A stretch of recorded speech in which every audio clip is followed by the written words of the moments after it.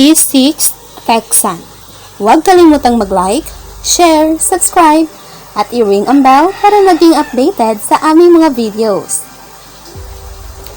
Ang T6A Texan II ay isang single-engine, full-seat primary trainer na idinisenyo upang sanayin ang Joint Primary Pilot Training o GPPT. Mga mag-aaral sa mga pangunahing kasanayan sa paglipad na karaniwan sa mga piloto ng US Air Force at Navy. Ginawa ng Raytheon Aircraft ang T6A II ay isang military trainer na bersyon ng Raytheon's Beech o Pilatus PC-9 Mk2.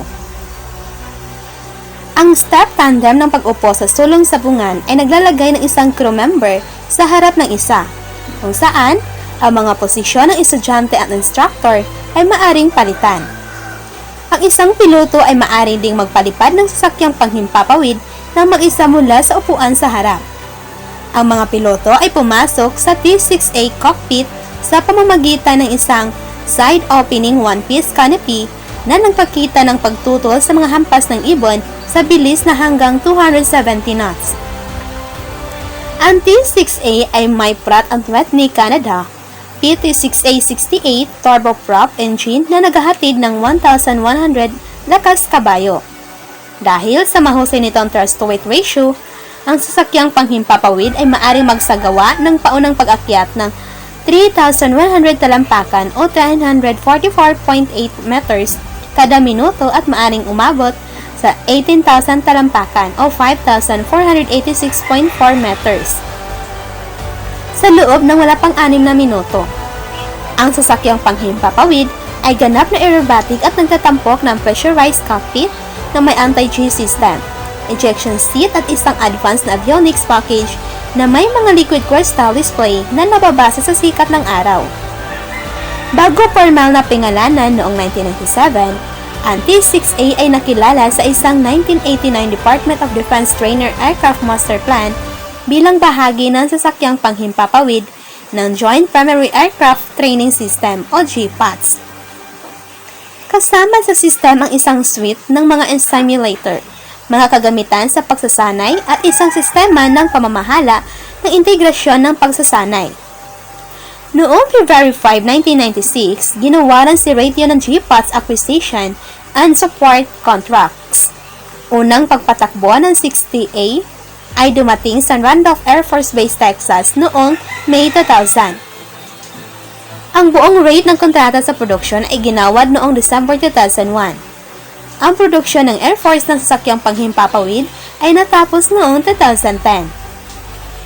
Ang T6A ay ginagamit upang sanayin ang mga mag-aaral ng JPPT na nagbibigay ng mga pangunahing kasanayan na kinakailangan upang umunlad sa isa sa 4 na track ang pagsasanay.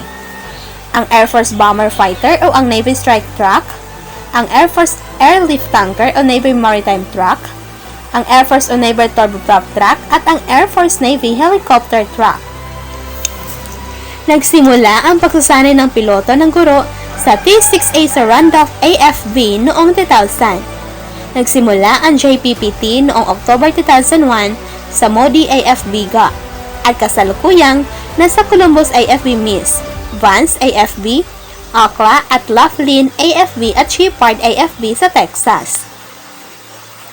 Ang North American Aviation T6 Texan ay isang American single-engine advanced trainer aircraft na ginagamit upang sanayin ang mga piloto ng United States Army Air Forces, United States Navy, Royal Air Force, Royal Canadian Air Force at iba pang Air Forces ng British Commonwealth noong World War II at noong 1970s.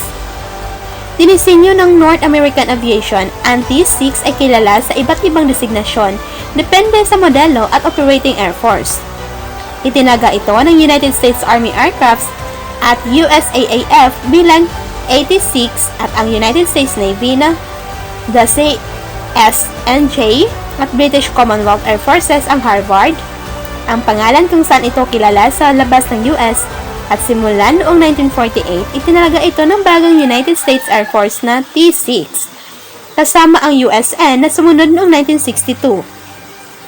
Ito ay nanatiling sikat na warbird na ginagamit para sa mga air show demonstration at static na pagpapakita. Ginagamit din ito ng maraming beses upang gayahin ang iba't ibang makasaysayang sasakyang panghimpapawid, kabilang ang Japanese Mitsubishi A6M0, isang kabuuan ng 15,495 T6 ng lahat ng mga variant ang binuo. Ang mga ninuno ng Texan ay bumalik sa North American NA-16 prototype na unang inilapad noong April 1, 1935. Noong 1935, isinumiti ng NAA ang disenyong ito para sa US Army Air Corps Basic Trainer Competition. Target din ng NAA ang export market. Binago bilang NA-26, ito ay isinumiti bilang ng isang entry para sa isang US AAC na Basic Combat Trainer na kompetisyon sa sakyang panghimpapawid noong March 1937. Batay sa NA-18, ngunit may isang talampakan na mas mahabang pakpak, ito ang una sa NA-16 serye na may maaring iurong na gear. Ito ay katulad ng BT-9, ngunit may mas malaking makina, ang 550 HP o 410 kW, Pratt & Whitney R1340 watts, at kayang tumanggap ng 2.30-inch o 7.62 mm na baril. Sa maliit na pagbabago, 177 na walang armas na NA-36 ang papasok sa serbisyo bilang BC-1 na may R1340-47 engine mula June 9, 1937. Halos 30 ang binago bilang BC-11 instrument trainer. Ang BC-1A NA-551 ay sumunod bilang isang armadong version, pangunahing para sa Air Corps Reserve at National Guard unit. At ang 83 na binuo ay maaring nilagyan ng .30-inch o 7.62 mm machine gun sa ilong at isang nababaluktot na baril sa likurang sabungan. Noong March 1937, ang Commonwealth Aircraft Corporation ng Australia ay bumili ng NA-32 o NA-16-1A na may fixed undercarriage at isang NA-33 o NA-16-2K na may retractable undercarriage, kasama ang lisensya sa pagmamanufaktura. Ang unang CAC wear-away batay sa NA-33 ay lumipad noong March 27, 1939, kung saan 755 ang itinayo.